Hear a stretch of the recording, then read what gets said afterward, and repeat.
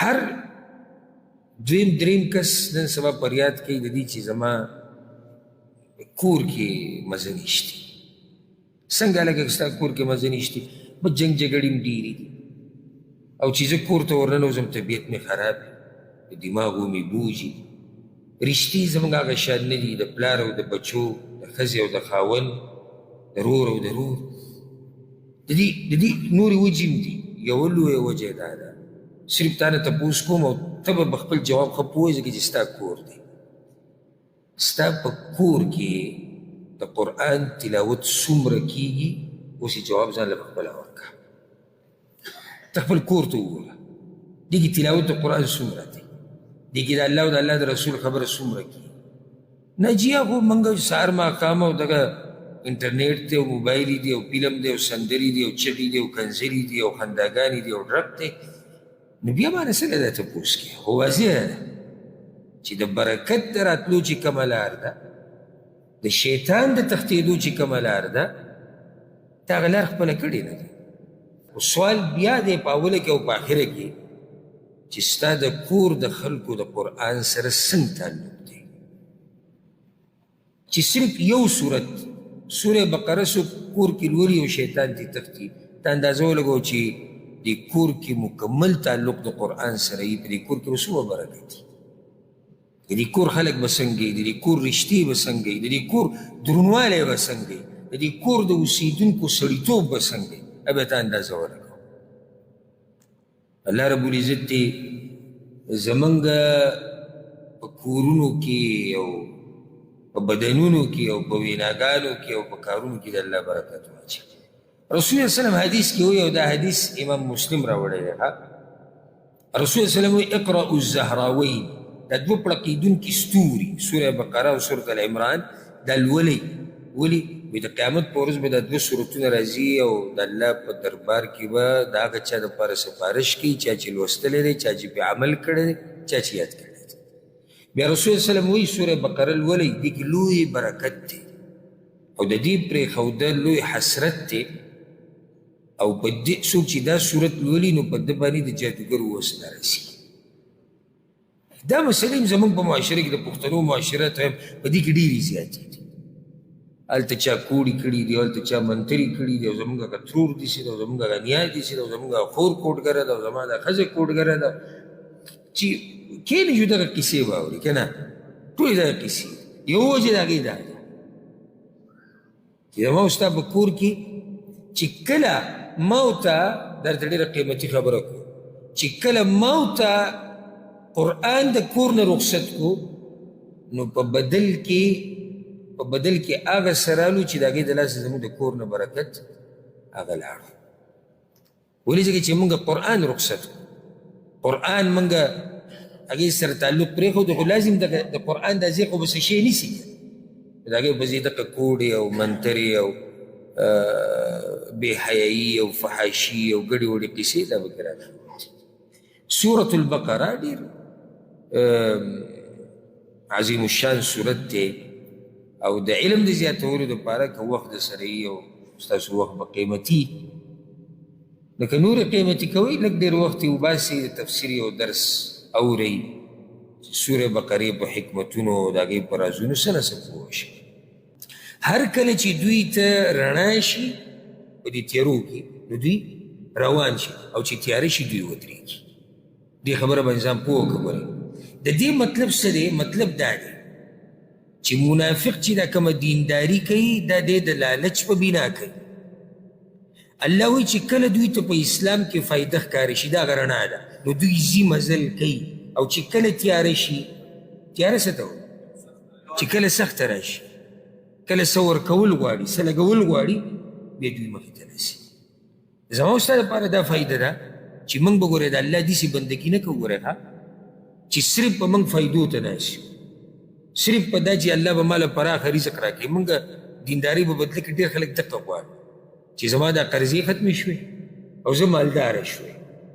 یوازې دا نه ده، کله به نعمتي، کله به امتحاني، کله به غریبی، کله به مالداری، کله به روغ صحتی، کله به بیماری، خو د رب العزت بندگی به نه پرېږدي. دا د منافقانو خوی دی. چې رڼا شي دوی پکې رواني او چې تیاره شي دوی ودرېږي. هغه کتاب چې په هغې کې هغه خبرې دي چې دا ذهن به دې ورته حیران شي. خو شرط دا دی چې سړی پرې پوه شي. لکه اوس یو سړي د قرآن سره تعلق دقه دی. زه کله کله سوچ کوم زه دا بعض خلک چې زما دا خبرې اوري دوی به دا هم وایي کوم چې د دین نه لرې دي چې دا دې څه خبرې کوي چې په قرآن کې حکمتونه دي او رازونه دي او زړه د انسان ځان ته راکاږي او په بیانولو به موړ نه شي او په اورېدو به موړ نه شي. دی به وایي چې دې څه خبرې کوي. موږ سره خو چې د دې څه ونه شو، موږ خو چېرته دغه خوند ونه سکو، نه موږ داسې تږي شوي یو چې یاره په مخه قرآن اورو. په موږ خو میاشتې تېرې شو موږ قرآن نه دی اورېدلی، په موږ خو څه اثر ونه کړو. زموږ خو کلونه تېر شو موږ قرآن چېرته ناظره ختم کړی نه دی. نه دې دا خبرې د کوم ځای نه کوي؟ جواب د دې خبرې دا دی چې تعلق او تعلق کې فرق دی. ستا تعلق د قرآن سره او د الله سره هغه چې ته پکې رښتینی په شان د هغه چا تعلق نه دی چې هغه پکې دروغجن دی. لکه د یو سړي دا تعلق دی، الله اکبر الحمدلله رب الرحمن الرحیم مالک یوم الدین قل هو الله احد الله الصمد یو دا تعلق دی. دا هم لا ښه سړی دی چې لمونځ کوي او څه نه څه وایي.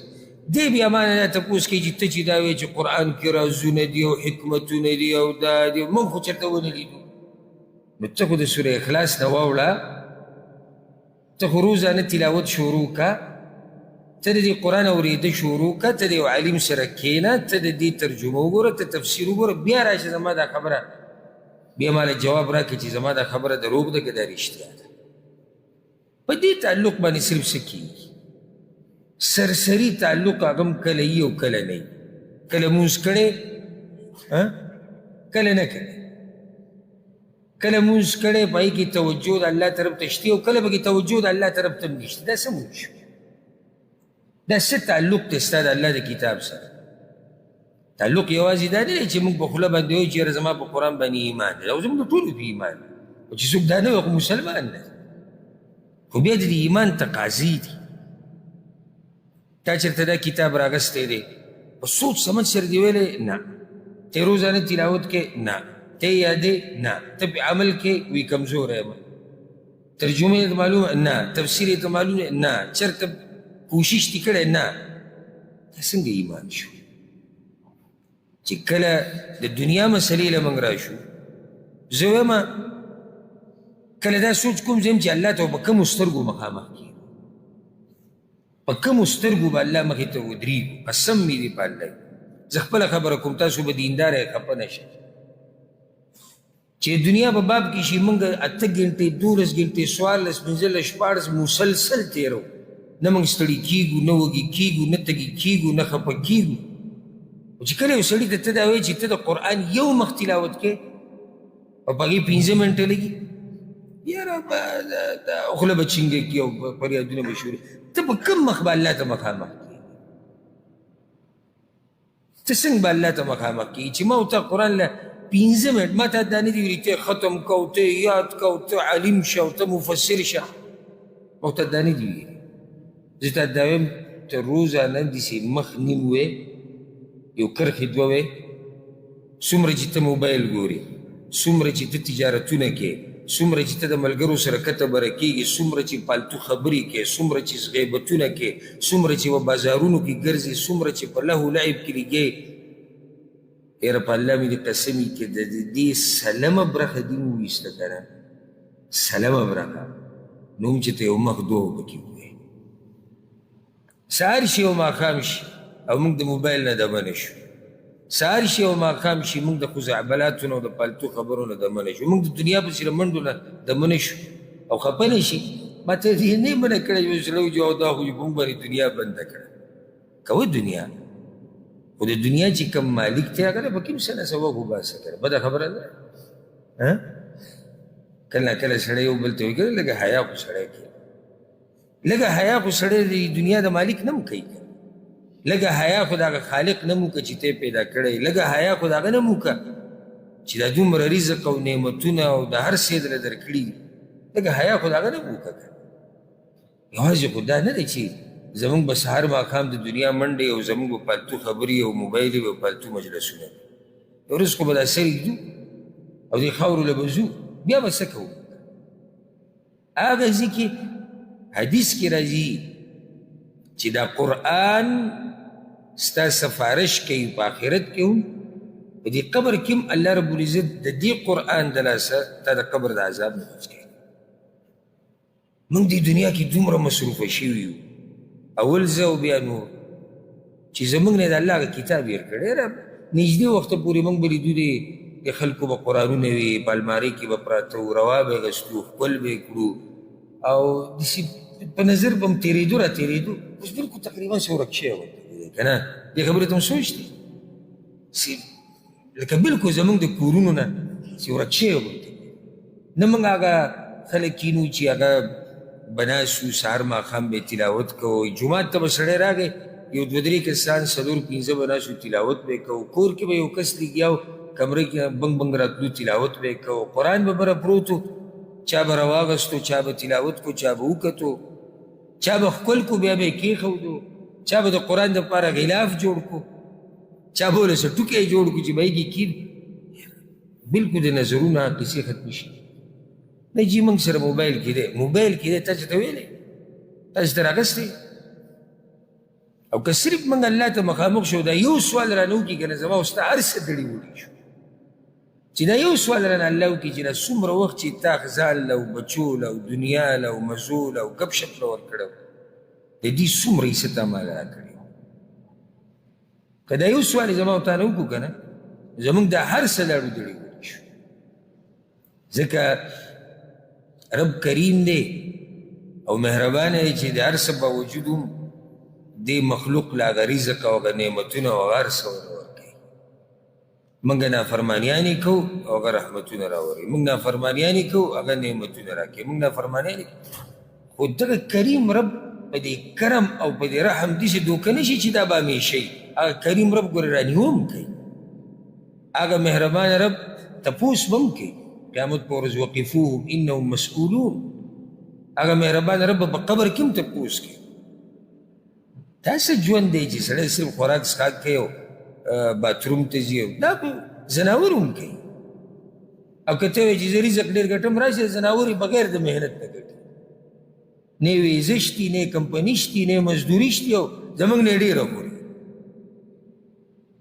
اصل فرق چې موږ او دوی کې راځي که نه هغه دا دی چې الله رب العزت په بندګۍ سره انسان ترقي کوي په دنیا او په آخرت کې. دې قرآن سره تعلق جوړول غواړي. قرآن سره تعلق جوړولو یوه طریقه دا ده چې دې کې سوچ او فکر وکړي. سوچ د الله په خبرو کې، فکر د الله په خبرو کې. بیا په دې قرآن کې الله رب العزت دا خبره په قسمه قسم ډول بیان کړې ده. دا هم د الله مهرباني ده. لکه ګوره الله کله په قرآن کې خبره ډېره نرمه کړي. اوس دې باندې به هغه سړی خبرې چې څوک ناست چې ته څه یې اورېدلي او چې نه یې اورېدلي نو هغه دا خبره نشي محسوسولی. کله الله رب العزت په قرآن کې خبره ډېره نرمه کړي، کله الله رب العزت په قرآن کې خبره سخته وکړي، کله الله رب العزت مثال بیانوي، کله الله رب العزت قصه بیانوي، کله الله رب العزت ترغیب ورکوي، کله ترهیب ورکوي، کله یرول کوي، کله امیدونه زموږ پیدا کوي.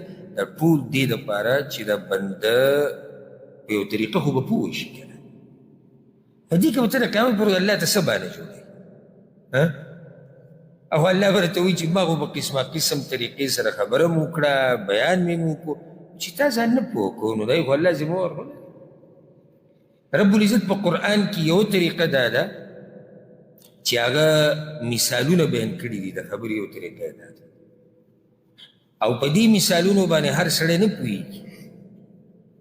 وما يعقلها الا العالمون. الله وایي په دې باندې پوه خلک پوهېږي. هر کدو کریله سړی د قرآن په مثالونو نه پوهېږي. په دې هغه سړی پوهېږي چې هغه څه محنت کړی، څه کوشش یې کړی، اخلاص پکې وخې ورکړی، هله پوهېږي. او دا مثالونه الله سي هوایي هم نه دي بیان کړي. د دې دپاره بیان کړي چې ما او تا پکې سوچ او فکر وکړو صرف تلاوت نه دی یعنې تلاوت یې خو ډېر خلک کوي او ځکه سورة الحشر کې الله رب العزت دا خبره کړې ده وتلك الأمثال نضربها للناس الله وایي دغه مثالونه موږ بیانو خلکو ته یا الله ولې بیانوي چې موږ یې تلاوتونه کوو چې صرف یې ګورو چې صرف یې لولو بس دې لپاره دا لوی مقصد لعلهم يتفکرون د دې لپاره چې دا خلک په دې کې سوچ او فکر وکړي د مثال بیانولو ډېرې فایدې دي لویه فایده خو دا ده چې الله رب العزت حجت قایم کړی دی په ټول مخلوق باندې قیامت پر ورځ الله ته دا ووایي که منونکی دی او که نه دی منونکی خو چې الله ورته دا ووایي چې ما خو په قرآن کې مثال هم بیان کړی چې ته به پوه شي نو اخو څه خبره وبانه پاتې نه شو یو فایده پکې ده دویمه دې کې لویه فایده هغه دا ده چې یوه خبره چې انسان کیدی شي په هغې پوه نه شي رب العزت هغه خبره ده ته رانږدې کړي هغه معنی ورته رانږدې کړي او تصویر ورته جوړ کړي لکه زه اوس تا ته خبره کوم که نه چې یاره دا کار کول ښه دي او دا کار کول ښه نه دي او مثال یې داسې دی لکه یو سړی راغی او تا له دا شی درکو تا نه دا واغستو اوس دا مثال چې ما تاله درکو نو هغه اولنۍ خبره ما تا ته رانږدې کړه نو ته پې پوه شو چې او خبره دا ده رب العزت په دې مثال بیانولو سره ما او تا ته خبره رانږدې کوي چې ګوره ته تصویر کې یو ذهن کې یو تصویر جوړ کړه او سوچ وکړه په دې کې ته به دې خبره باندې پوه شي دا مثالونه بیانول دا یوازې د عربو طریقه نه ده هر قوم چې دی او هرې ژبې والا د هغوی په ژبه کې دی چې مثال بیانوي موږ پښتانه هم مثالونه بیانو موږ هم په خپلو خبرو کې د وضاحت لپاره دغه طریقه استعمالو کومه چې عرب استعمالوي او عربو کې ډېره زیاته ده نو الله رب العزت مثالونه بیانوي دې لپاره چې ما ورته عبرت والو ما ورته سوچ وکړو فکر وکړو حق او باطل موږ ته واضح شي تور تار د سپین تار نه جدا شي او سپین د تور نه جدا شي او د دې هر څه باوجود ته یو خبره وکړم رب العزت دومره واضح خبرې کړي دي که نه او بیا هم ډېرو انسانانو د هغه دې واضح خبرو ته غاړه نه دی اېښودې بیا هم په دې ځان نه دی پوه کړی او دا خبره الله رب العزت په قرآن کې کړې ده او دا ګیله کړې ده سورة الکهف کې ولقد صرفنا في هذا القرآن للناس من كل مثل الله ما په دې قرآن کې خلقو ته په قسمه قسم ډول خبره بیان کړې ده هر یو مثال مې ورته بیان کړی دی په هر انداز مې خبره کړې للناس ټولو خلقو ته صرف مسلمانانو ته نه مسلمان ته هم کافر ته خو بیا الله څه وایي دې ته غوږ کښېږده وكان الإنسان أكثر شيء جدلا او بیا انسان د هر شیز نه زیات ماریزي چې دی الله وایي دغه انسان کوي سبحان الله موږ لیدلي ما تجربه کړې دي ځکه چې الحمدلله زه په داسې یو لار باندې یم چې د هغې تعلق د دې خبرې سره دی ته یو سړي ته د دنیا نصیحتونه کوه دنیاوي خبرې کوه تا سره څوک ماریزې نه کوي خو صرف ته درته دا ووایه و ته مونځ اودس کوه بیا ته د ماریزو ته ګوره نو که بالفرض سړی بیماري او که بالفرض به دماغو بوجي او که بالفرض ملګري راشي او که بالفرض پلار غوسۍ او که بالفرض ښځه وایي چې مزه او که بالفرض ګرمي او که بالفرض واورې ورېږي او که بالفرض ماړه ټول لس منټې دي دومره کیسې دې وره جوړې کړي دومره دې خبره اوږده کړه دومره دې واغېږله راواغېږله دا هغه ماریزې دي دی به لازم تا سره ماریزې کې ښه دی به لګوي په حرامو کې یا په مباحو کې په زرګاو په لکاو پروای نشتي ښه عیش عشرت بیا ورته تا ویې یاره دلته یو غریب دی او که یو 100 روپۍ او بیا ته د خبرو ته غوږ کېږده اوس دا 100 روپۍ یادې کړې نو دا خلک دروغجن دي، دا د دوی تجارت دی او موږ به د کم وخته پورې لګیا یو او زما ځان له بچي دي او زموږ ځان له مسافري ده او زموږ ځان له غریبي. مړه خبرې دومره ونه خو 100 روپۍ او که دې نه ورکولې تا به وایي چې نه ورکوم، خبره ختمه شوه. دا بانې جوړول دا ډېر بېهوده دي د دې نه چې سړی نه کوي. لکه اوس یو سړی دی هغه نه یې کوي، نافرماني د الله دی ویې کړه، خو چې یو سړی نافرماني د الله کوي او بیا تا سره ماریزې هم کوي او بیا بانې هم جوړوي، نه دی د هغه بل نه بېهوده کار کوي. او داسې پسې بیا زه ډېر مثالونه په دې باندې موږ بیانولی شو. مقصد د خبرې هغه دا دی چې په قرآن کې الله رب العزت مثالونه بیان کړي دي. زه به کوشش دا کوم چې قرآن کې چې کوم مثالونه الله ذکر کړي دي دا په آسان انداز سره بیان کړو چې الله د دې مثال مقصد څه دی، ولې الله دا مثال موږ ته بیان کړی دی. او لوی هدف اولنی او اخرنی د الله د رضا نه بعد هغه دا دی چې ما او تا په دې قرآن باندې پوه شو. که څوک پرې پوه شو نو هغه ته زیری ورکو، هغه له مبارکي ورکو، او که څوک پرې نه پوهېږي نو هغه ته لاسنیوی کوو چې یو سړی د الله په دې واضحه خبرو پوه نه شي او دی د دنیا په هره لوبه او په قصه پوهېږي نو بیا خو ما او تا کې چل دی. قرآن واضح دی، بیا هغه واضح قرآن تا ته یو پوښتن ستا په پښتو کې بیانوي، د دې نه خو نور څه وشو، نور څه دي چې وکړي. چا ته زنځیر ور اچول، زور زبردستی کول او په زور چاته خبره په دماغو کې ننویسته دا د انسانانو کار دی. خبره صرف کوم ځای پورې ده بیان او دا د الله رب العزت طریقه هم ده. ګورئ رب العزت په قرآن کې ښه صفا ویلي دي، وایي که څوک غواړي کفر دې وکړي، که څوک غواړي مؤمن دې شي. الله هم ګورئ چا سره زور زبردستي نه کوي. نو چې رب چا سره زور زبردستي نه کوي نو مخلوق به څه زور زبردستي کوي. مقصد زموږ د دې مجالسو قرآن سره تعلق جوړول. اخر زما رب ما ته څه وایي د دې سوال جواب او په دې مثالونو ځان پوه کول چې موږ الله ته نږدې شو، موږ جنت ته نږدې شو، موږ د ګمراهۍ نه او د جهنم نه او د الله د غضب نه لرې شو. دا مقصد دی. او په دې ترتیب سره به دا مثالونه بیانو د قرآن د سورتونو چې کوم ترتیب دی، یعنې ګډ وډ به یې نه بیانو. د اول سر نه شروع کو قرآن کې دا مثال دی، دا دی، دا دی، دا دی، او بیا مخکې خبره کوو. قرآن کریم کې چې الله رب العزت مثالونه بیان کړي دي د اولني هغه په سورة بقره کې دي. سورة البقره، سورة البقره د قرآن په سورتونو کې اوږد سورت دی. د دې فضایل د دې مسایل هغه موږ په نورو درسونو کې بیان کړي دي. او دا په مدینه کې نازل شوی دی. دا سورت مکمل مدني سورت دی. په دې سورت کې لوی خیر او علم الله رب العزت اچولی دی. او حدیث کې راځي رسول الله صلی الله علیه وسلم امام مسلم راوړی دی لا تجعلوا بيوتکم مقابر، د خپلو کورونو نه مقبرې مه جوړوئ. رسول الله صلی الله علیه وسلم شیطان د هغه کور نه تښتي الذي تقرأ فيه سورة البقره، په کوم کور کې سورة بقره لوستل کېږي شیطان د هغه کور نه تښتي. دا د رسول صلی الله علیه وسلم خبره ده. صرف دې ځای کې دوه فایدې ذکر کوم. زما د عادت ته ځم چې هر ځای کې مناسب څه فایدې چې هغه بیان شي. مقصد زما دا نه چې دا کومه موضوع ده چې دا زر ختمه شي. اولنۍ خبره رسول صلی الله علیه وسلم د کورونو نه مقبرې مه جوړوئ، معنی ده چې مقبرو کې قرآن نه لوستلی کېږي.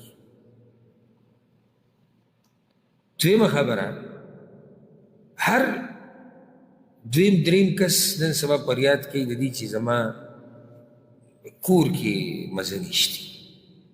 څنګه لکه ستا کور کې مزه نشته، بس جنګ جګړې هم ډېرې دي او چې زه کور ته ورننوځم طبیعت مې خراب وي، د دماغو مې بوجي. رشتې زموږ هغه شان نه دي، د پلار او د بچو، د ښځې او د خاوند، د رور او د رور. د دې نورې وجې هم دي. یوه لویه وجه دا ده، صرف تا نه تپوس کوم او ته به خپل جواب ښه پوهېږې ځکه چې ستا کور دی. ستا په کور کې د قرآن تلاوت څومره کېږي اوس یې جواب ځان له پخپله ورکړه. ته خپل کور ته وګوره، دې کې تلاوت د قرآن څومره دی، دې کې د الله او د الله د رسول خبره څومره کېږي. نه جي هغو موږ سهار ماښام او دغه انټرنیټ دی او موبایل دی او فلم دی او سندرې دی او چغې دی او کنځلې دي او خنداګانې دي او ډرک دی. نو بیا باندې څه دی دا تپوس کې؟ خو واضحه ده چې د برکت د راتلو چې کومه لار ده، د شیطان د تښتېدو چې کومه لار ده، تا هغه لار خپله کړې نه ده. صحیح ده؟ زه دا نه یم چې کور کې همیشه دا خو کیدی نشي، کور کې به ته لازم غم خادي کې، ته به د کور چې کومه ناسته پاسته د هغه به کې خبرې اترې ګم شپ هر څه. خو سوال بیا دی په اوله کې او په آخره کې چې ستا د کور د خلکو د قرآن سره څنګه تعلق دی. چې صرف یو صورت سوره بقره سو کور کې لولي او شیطان دې تښتي، ته اندازه ولګو چې د کور کې مکمل تعلق د قرآن سره یې، په دې کور کې به څومره برکت وي، د دې کور خلک به څنګه وي، د دې کور رشتې به څنګه وي، د دې کور درونوالی به څنګه وي، د دې کور د اوسېدونکو سړیتوب به څنګه وي، به ته اندازه ولګو.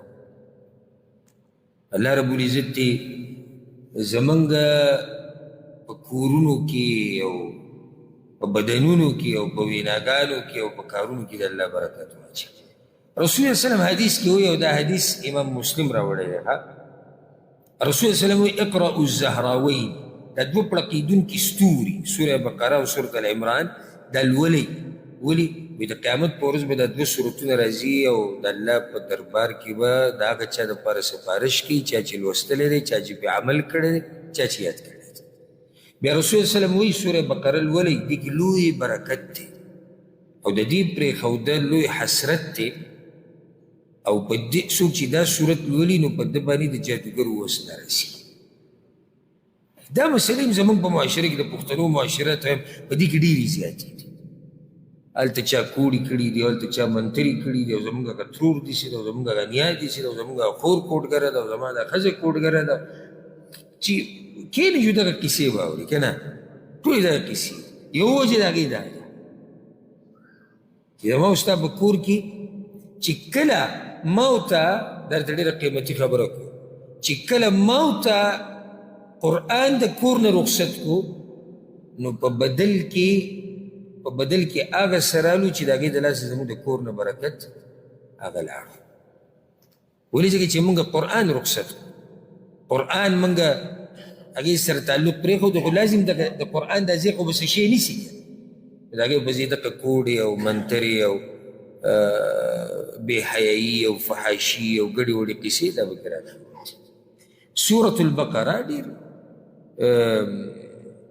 عظیم الشان صورت دی او د علم د زیاتولو دپاره که وخت د سره یي او ستاسو وخت به قیمتي لکه نورې قیمتي کوئ، لږ ډېر وخت یې وباسئ د تفسیر یو درس اورئ، سورې بقرې په حکمتونو د هغې په رازونو څه نه څه پوه شئ.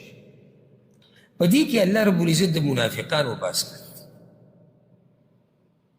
منافقان چې کوم کافران دي او د عقیدې منافقان دي، هغه څوک دي چې ظاهره کې اسلام راښکاره کوي او په زړه کې کفر وي. د دوی موږ مستقل بحث کړی دی.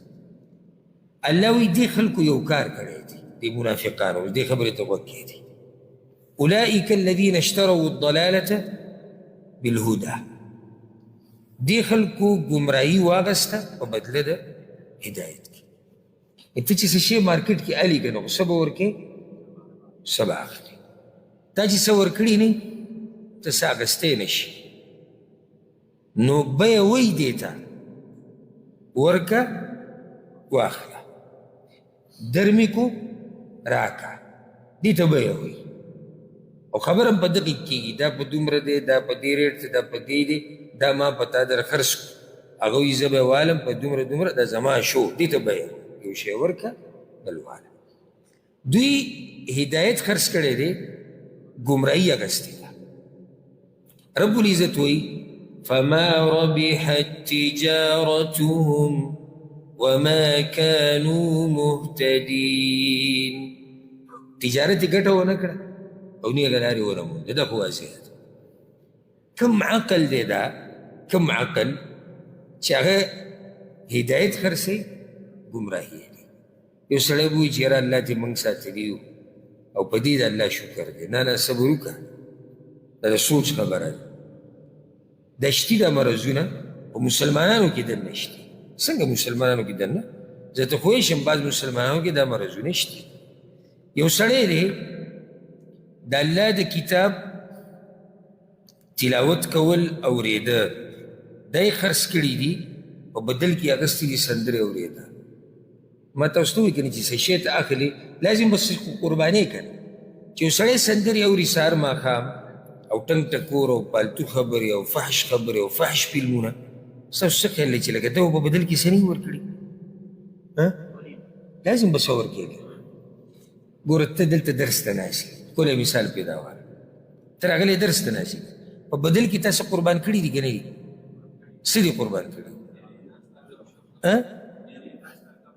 گپ شپ بازار کې ګرځېده، پالتو خبرې اترې، غیبتونه، خوب، موبایل ته کېناسته او ډېر څه ته خرڅ کړو، په بدل کې دا مجلس واخیست. بل مثال پې واله، حلال چې خرڅ کې حرام باندې، دا به یو طریقه ده. یو سړی د حرام مال ګټي خو حلال یې پرېښودي دي، هغه حلال چې ده پرېښودي نو هغه یې په بدله د حرامو کې پرېښودي دي. حرام د واخیستو او حلال یې پرېښود. او بیا به دې نور ډېر مثالونه دي. ښه اخلاق، یو سړی ښه اخلاق پرېږدي او بد اخلاق شروع کړي، نو د بد اخلاق واخیستو، ښه اخلاق یې هغه یې پرېښود. ته چې څه هم ګناه یادې او ګمراهي یادې، دا تا د نیغې لار په بدل کې اخیستې ده. لنډه دا ده، هره ګمراهي چې ته ماته یادې، زه به درته د هغې په بدل کې ښیم چې دا دې پرېښودی دي. هره ګمراهي چې ستا ورته سوچ ځي د الف نه د یا پورې، د الف نه د یا پورې زه تا ته ښوی شم چې د دې په بدل کې تا دا پرېښودی دي. دا منافقان راولګېدو، هغه ګمراهي واخیسته، هدایت یې پرېښود. په اوله کې دا منافقان چې دا یو فایده یاده کوي. دې منافقانو کې اقسام دي. بعض هغه حکم چې په دې مدینه کې وو چې په اوله کې اسلام ښه رښتیا قبول کړی و. رسول صلی وسلم چې کله راغی مدینې ته نو دوی اسلام قبول کړو، بیا یې هغه پرېښودو او کفر یې واخیست. دا هغه خلک دي چې الله وایي چې دوی ګمراهي واخیسته او هدایت یې خرڅ کړو. بعض هغه و چې هغه د اول سر نه کافرانو خو په خوله یې صرف وي چې موږ مسلمانان. اوس یو سړي ته رڼا میلاو شوه، هدایت یې ولیدو او هغه یې خرڅ کړو او ګمراهي واخیسته. رب العزت د دې خلکو مثال په قرآن کې بیان کړی دی. هغه مثال په قرآن کې څنګه دی چې کوم الله ذکر کړی دی، موږ په درسونو کې هغه بیان کړی دی. مثلهم، او دې ته اوس غوږ کېږدئ، مثلهم مثال د دې خلکو، د کومو خلکو؟ او که بل تعبیر دا چې ګمراهي اخیستې ده او هدایت یې خرڅ کړی. مثال د دې خلکو کمثل الذي استوقد نارا، په شان د مثال د هغه چا دی چې اور یې لګولی دی. اوس که رب العزت دا مثال موږ ته نه بیان کړی او دا خبره یې عامه کړې نو موږ پې دومره نه پوهېدو څومره چې موږ په دې مثال به اوس پوه شو. که ما او تا پکې سوچ وکړو، یو سړی د اور یې لګولی دی، تورو تیارو کې دی، په دشته کې روان دی او اور یې لګولی دی.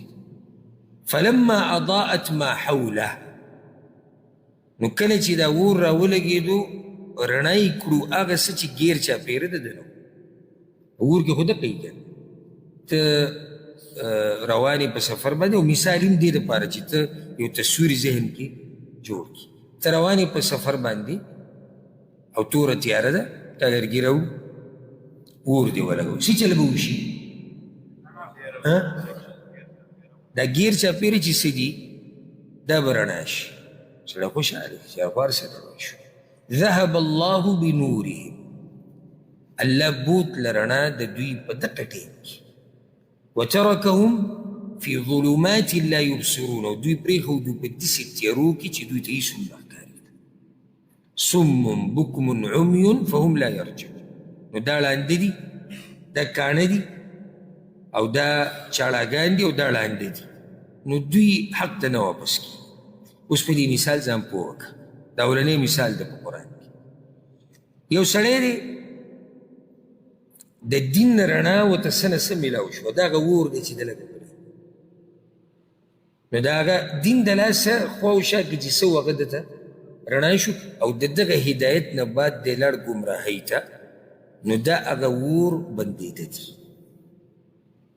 اوس دا فایده ده که زړه ته یې واچوه، کله چې مو اور ولګې که نه، کله چې م تا اور ولګو، نو په دې اور پسې به بیا د لرګي پسې به لرګی ږدي، په لرګي پسې به لرګی ږدي، لرګی به ږدي، نو ستا دا اور به بلیږي او رڼا به وي. چېرته تاسو داسې کتلي دي چې ما یو دوه لختې راوړي او معمولي ټوټه د لرګي مې راغستې ده او لرګی مې ولګه او سخ ورته ناست یم خوشحاله، او دا به یو هفته دوه بلیږي؟ څه چل به وشي؟ په دغه ټیم اولې موږ عادت نه یو د دې سره. دا مثال خو هغه دی چې موږ پرې ښه پوهېدی شو، دا هغه مثال دی چې موږ پرې ښه پوهېدی شو، ځکه چې زموږ په علاقو کې استعمالیږي لرګي او اور موږ بلو. په ټیم چې کله سړی ناست وي که نه، خصوصا د مشرانو پکې دا ډیوټي چې هغه دې نغري ته ناست وي، نو هغه دکه یو لرګی پسې ږدي او بل پسې ږدي او چوکۍ راغستې سا خوا کوي او څه دې خوا کوي او کله پوکۍ ورکوي چې دا اور باقي پاتې شي. فایده دا یاده که ګوره، دا ایمان صرف دا نه دی چې تا لا اله الا الله وکړي، ته به اوس په دې پسې لرګي ږدي، لرګي به ږدي، لرګي به ږدي چې دا اور بند نه شي او ته به مرګ ته ورسې. نو دا څنګه کېږي؟ په رښتیا لرګي راوړه غواړي، دا خو مثال عمل به کوې. بارک الله فیک. او زه راته دا واضحه کوم که نه په بل مثال، په مثال کې مثال وایه. ته نن درس ته کېناستې، دا ته لرګی کېښودو که رڼا زیاته شوه، او چپهیز غونته کې وي موسمي، بیا دې پته هم ونه لګېده، لاړې 8 میاشتې ورک 8 میاشتې به دې رڼا څه حالي ایوه بلیږي واقع شل ختمه شوه. او که دې پسې ته لګیا وې نور نور او نور او نیک اعمال او نیک اعمال او نیک اعمال، رب العزت دا رڼا د ډېر وخته پورې بله ساتله ستا. د ایمان دا مسله نه ده، دا دومره حساسه ده. که چېرته دا د 2 کالو خبره وي بیا خو ډېر اسان، او که دا د کال خبره وي بیا ډېر اسان، او که دا د 5 کالو مسله وي اسان، خو مسله د کوم وخته پورې ده؟ د مرګه پورې. نو ته به په لرګي پسې لرګی د کوم وخته پورې ږدې؟ د مرګه پورې. ولې د مرګه پورې؟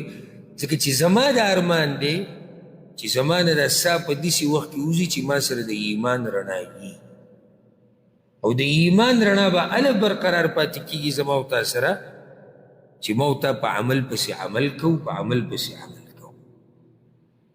کله څه کېږي دا تو زه بل دې کې ښه وضاحت ته کوم، ځکه دویم قرآن کې ډېر رازونه دي او ما او تا بې پوه دي.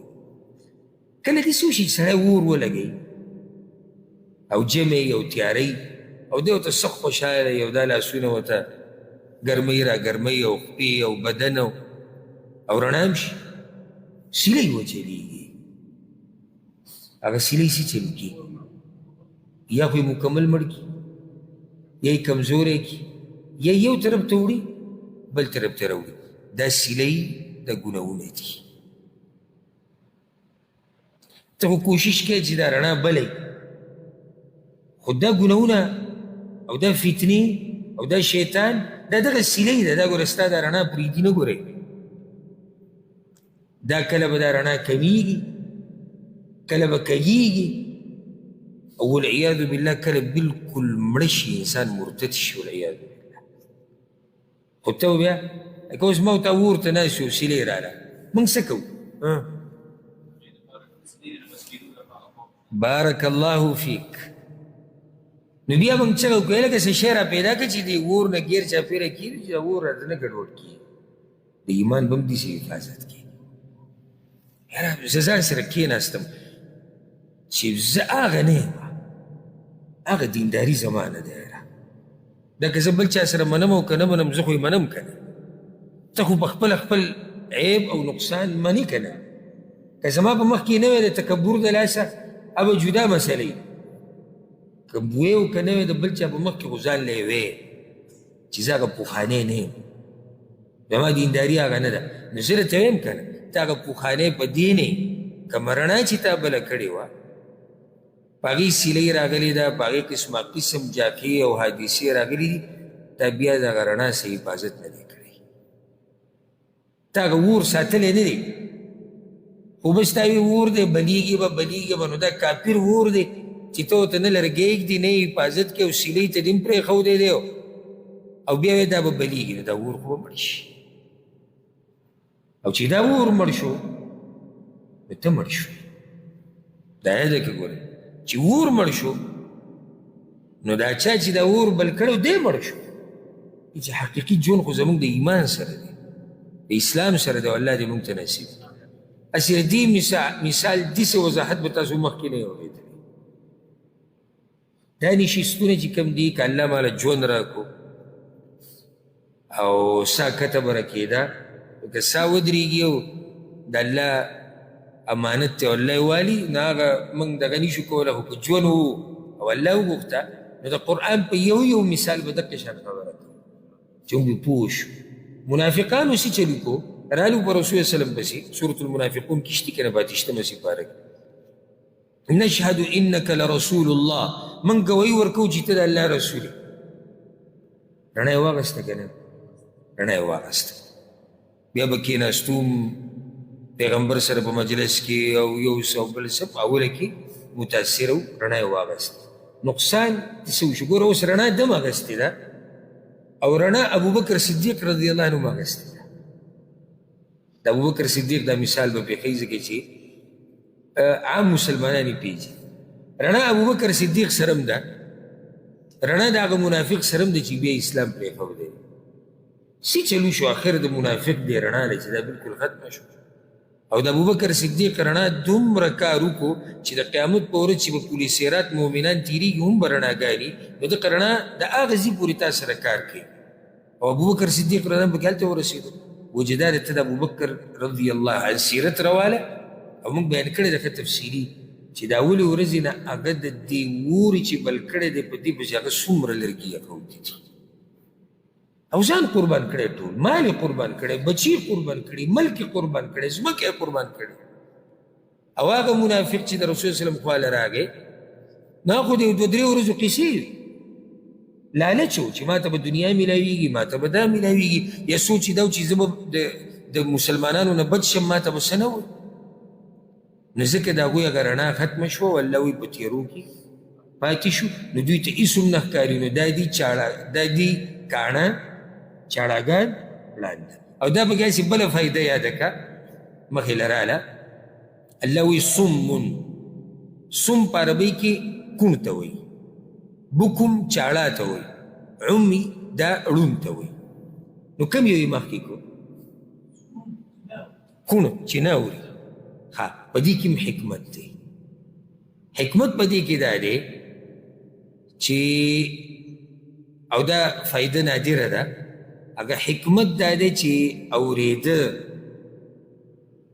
ډېر کوه دا ستا زړه ته کوزېږي او په ایمان کې تاله ترقي درکوي او که د یې په عکس ته خبرې اورېدې نو دا ستا په زړه اثر کوي او د ایمان په تاوان کې د ټول نه لوی کردار دا ادا کوي دا زیاده دا ډېر استعمالوه بیا پسې چاړه ذکر کړی نو چاړه جبه دا د دې نه لږه استعمالوه دا ډېر استعمالوه اوس پوه شوې اوره ډېر وایه لږ موږ شوټه کړی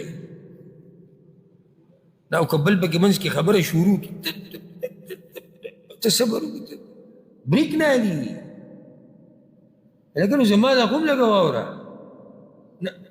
کوم سړی چې د اورېدو نه زیات ویل کوي د علم هم کوي د خطا کېږي هم ډېر د ګډې وړې هم ډېرې وایي او د عزت هم ډېر دی اوس یو ځای د ویلو دی او خلکو تا ته غوږ ایښودی دی بیا خو چې څومره ویې وایه ته خلکو ته یو مسله بیانې که هغه دیني ده او که دنیوي ده لازم نه چې دیني ده دنیوي ده خلکو ته بیانې مجلس کې خبر روانه کوه او چې ضرورت نه وي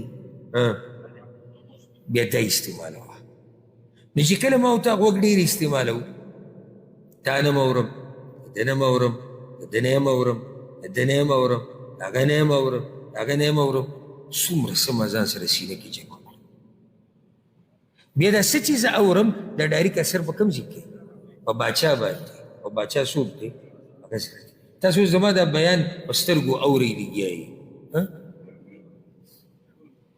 په غوږ یې اورئ دا اثر په کوم ځای کې دا به ښه مثال دی اثر یې وکړو په دې ځای کې ته به دې ځای اورئ دلته ځي خو که تاسو دا ځای بند کو او زم خبره کوم او ته مخې ته لګیا یې او زه یم یاره دا مسله دې ځای ته نه نه دا داسې ده او دا داسې او دا داسې او دلته زه لګیم ته هلته لګې زه هلته لګیم ته هلته لګې تاوان دی موږ دا نه وایو چې شریعت تا ته دا وایي چې دا مه استعمالوه خو زه وایم چې دا غوږ د ژبې نه زیات استعمالوه او ځکه بله فایده ته ذکر کوم غوږونه څو دي ژبه او په دې یوه کې چې د بعضو کومه کړته ده چې د ده لا دوه ژبې وي چې بیا به څه کوو دماغ به دله راوسسي په پوزه به دله راوباسي او بریک نه نیسي دا چې لا د ده دوه ژبې وي چې بیا ګوره څه کوو ځکه باوقاره انسان یوه نښه دا ده چې دی اوري ډېر وایي لږ ډېر عزتمنې ګوره په مجلس کې سړی ډېر دروند ښکاري څنګه دروند ښکاري دی غلی ناست او دا نور لګیا یو لګیا یو لګیا او دی غلی ناست لکه شي بیا دی وایي که اجازتې زه یو خبره وکړم ټول مجلس مجبوره وایي مجبوره چې د ده دې خبرې ته غوږ کېږدي ولې دا چې په دې دومره وخت کې صرف یوه خبره کوي که نه دا به قیمتي خبره وي دې د اوسه پورې غلی ناست دی خو چې یوه خبره دی کوي او دا د ډېر سوچ ورته وکړي ټولو دا کړته یې واورېده اوس دی څه وایي نو اوس ورته غوږ کېږده او دا چې په مخه لګیایي او لګیایي او لګیایي اکثر هغه خبره کوي او کسان پکې ځان سره یو بل سره ښه ته څنګه یاره ښه یې خیر هلکه سړی لګیا دی او ته درته وایې څنګه یې ښه وایي ته خو زموږ دماغ راووایي دی خو که موږ دته دا مجلس پرېښودی د اخره پورې به لګیایي نو که غواړې چې ستا وقار او عزتي او علم د سره ډېر اورېده ډېر کوه نو که بیا دې صحیح څه اورېدلي نو هغه بیا څه که بیان یې که فیصله وکړه نو دا په قرآن کې اولنی مثال دی دویم مثال به ذکر کړو او په دې مثال به د خپل نشیس هم ختم کړو دویم مثال هم د منافقانو دی رب العزت مثال د منافقانو یو پیری د اور ذکر کړی دی مثل الناری دا د اور دی بل مثال د باران دی او دا د الله طریقه ده د قرآن تلاوت کوي که نه په ډېرو ځایونو کې چې دا مثالونه وګورئ نو رب العزت د دې اوبو باش ډېر کوي د دې اور باش ډېر کوي او دا د الله رحم او کرم دی چې موږ ته هغه څه بیانې او مثال ویم دی ته چې هغه څه پکې تا ته بیان شي چې څه ته اینې لکه اوس الله وایي یو سړي اور ولګو د اور ولې ذکر موږ یې اینو خو که اوس الله یو داسې مخلوق ذکر کړی وی چې موږ یې نه اینو او د الله خو لږ مخلوقات موږ اینو ډېر موږ نه دي لیدلي او الله رب العزت موږ ته هغه مخلوق ذکر کوي چې موږ یې نه اینو او وایي مثال د دې لکه پلانې نو پلانې خو ما ورته لیدلی نه دی نو بیا د دې مثال بیانولو څه فایده نه شوه د اوبو مثال الله بیانوي الله رب العزت دویم مثال په قرآن کې دا بیان کړی د منافقانو او کصیب من السما یا په شان د ډېر باران د برې نه او یا الله ولې یو مثال باندې اکتفا نه کوله جواب یې دا دی وایي که په هغې نه پوه شوې دا واوره د دې نه بعد به ته د قیامت په ورځ الله ته څه باندې کوې چې زه نه یم پوه شوې الله وایي که په دغه د اور په دې مثال نه یې پوه راشه د اوبو دا واوره باران دی د برې نه او صیب په عربي کې ډېر باران ته وایي لږ ته نه وایي او السما مونږ چې اسمان وایو دا په عربۍ کې چت ته وایي د بره طرف ته وایي نو اسمان ته اسمان په دې ویله کې ځکه چې چت دی په دنیا باندې تیز باران دی د برې نه فیه ظلمات په دې باران کې تیری دي ورعد وبرق په دې کې برېښنا ده او په دې کې ګړز ګړوز دی دا خو د باران سره یې که نه یو سړی دی په لاره روان دی مثال داسې یو سړی دی په لاره روان تیز باران وري د تیز باران سره تورې ډوبې وریځې اول لاسي او دا تورې ډوبې وریځې څه چلو کي تیاره جوړه کي نو تیاره ده او باران پکې سټارټ شو تیاره ښه ډېره شوه بیا چې ټکه توره تیاره جوړوي که نه کومې وریځې نو په دغه باران کې بیا ګړز ګړوز او برېښنا هم ډېره زیاته نو درې خبرې دي موږ سره تیاره ده برېښنا ده او ګړز ګړوز دي او تیز باران وري يجعلون أصابعهم في آذانهم من الصواعق حذر الموت الله وی دوی غوږونو کې دا ګوتې کېږي د تندر نه یریږي چې داسې نه د تندر کې مړه شو نو چې دا ګړز ګړز پې ډېر نه لګي او د تندر د اوازونه پې نه لګي نو په غوږونو کې یې څه چل وکړو ګوتې کېښودې یریږي د مرګ نه په دې څوک نه پوهېږي که داسې دي وکړي ځکه لازم به عالم ته واپس کېږي چې هغه دې به پوه کړي دا باران چې دی که نه د تیز باران دا وحي ده تیز باران وحي ده او وحي د کوم ځای نه راځي اسمان بیا دا وحي چې الله کوم رالیږلې ده نو هلته خو الله وایي چې باران کې تیري نو قرآن کې تیري د ګمراهۍ د مشرکانو د منافقانو د بیدونو هغه تیري پکې بیان شوي دي په دې کې ګړز ګړوز دي هغه عذابونه هغه دمکیانې جهنم باس هغه هر څه پکې دي رڼاګانې پکې هم دي د هدایت رڼاګانې پکې شتې منافقانو دلته صفت دا بیانېږي چې کله به قرآن نازلېدو نو دوی به دومره یریدو لکه دغه سړی چې یریږي چې یاره مړ نه شي نو دی د څه نه یریږي منافق ولې یریږي قرآن نازلېږي دی ولې یریږي چې زما حقیقت بیان نه کړي چې زما حقیقت بیان نه کړي یوه بل دا چې د قرآن کې سخت احکامات هم شتي که سخت احکامات د الله د بندګۍ هغه احکامات چې هغه بندګي کول ډېر ګران دي دا قسمه قسم عبادات دي دوی یریږي د دې نه الله وی یکاد البرق یخطف ابصارهم نږدې ده چې دا برېښنا د دوی دا نظرونه وتښتوي د دې څه مطلب شو یعنې قرآن دومره واضح دی چې کله دا برېښنا وشي او دا هر څه رڼا شي که نه که خیال هم کړی ګوره یو نیمه رڼا بلکل د سړي نظر تښتوي لیدلی مې داسې که نه هر څه توري او یو پړق وشي که نه سړی وایي چې دغه دی زما نظر لاړ دا هر څه داسې رڼا شي لکه هغه کیمرې ته سړی نه ناست او دا کیمره چې پړق وکړي هغه فلش چې ولګي نو سړي په سترګو دغه هغه برېښنا د باران په دې وخت کې هم دقه شی ده الله وایي نږدې دی چې دا برېښنا دوی نظرونه وتښتوي د دې څه مطلب شو د یو مطلب دا دی نږدې ده چې قرآن د دوی مکمل حقیقت بیان کړی وی او د هر یو نوم یې رسول صلی الله علیه وسلم ته وویلی خو داسې الله نه دي کړي یو څو یې پکې پیغمبر ته ښکاره کړي دي نو ټول نه دي ځکه دا امتحان دویمه نږدې ده چې برېښنا دوی دا نظرونه وتښتوي یعنې نږدې ده دومره دین واضح دی چې نږدې ده چې دوی صحیح دین ته راوړي خو نه راوړي د زید او د عناد د لاسه بیا الله وایي کلما اضاء لهم مشوا فيه واذا اظلم عليهم قاموا هر کله چې دوی ته رڼا شي په دې تیارو کې نو دوی روان شي او چې تیاره شي دوی ودرېږي دې خبره به انسان پوه کړي د دې مطلب څه دی مطلب دا دی چې منافق چې دا کومه دینداري کوي دا دی د لالچ په بنا کوي الله وایي چې کله دوی ته په اسلام کې فایده ښکاره شي دا هغه رڼا ده نو دوی ځي مزل کوي او چې کله تیاره شي تیاره څه ته وایي چې کله سخته راشي کله څه ورکول غواړي څه لګول غواړي بیا دوی مخې ته رسي زما او ستا دپاره دا فایده ده چې موږ به ګورې د الله داسې بندګي نه کوو ګورې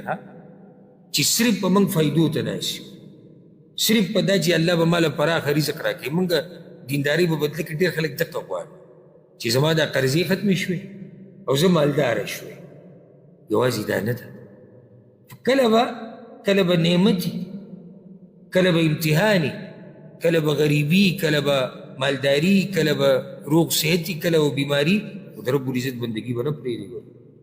دا د منافقانو خوی دی چې رڼا شي دوی پکې رواني او چې تیاره شي دوی ودرېږي.